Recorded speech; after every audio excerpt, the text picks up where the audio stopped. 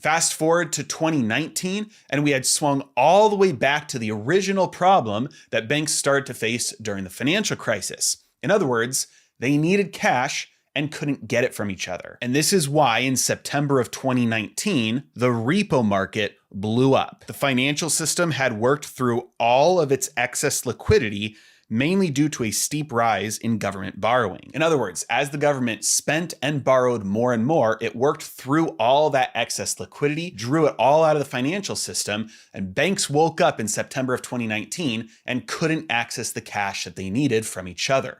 They had a bunch of great collateral. It was treasuries this time, but nobody had the cash and everybody needed it. So the Federal Reserve had to do emergency intervention yet again, printing a bunch of money to provide the overnight cash that banks needed. If we zoom in just on this time frame from 2019 through 2020, you can see the Fed's actions in the repo market continued until all of the money printing had happened following what started in early 2020. To clarify, during late 2019 and early 2020, the Federal Reserve was doing temporary liquidity injections into the repo market to help banks deal with their low levels of cash. And then what started in 2020 gave the Fed the excuse that they needed to do one big print and solve that lack of liquidity once and for all, or at least for a couple of years. And you can see once the money printing had happened, the Fed's actions in the repo market completely ceased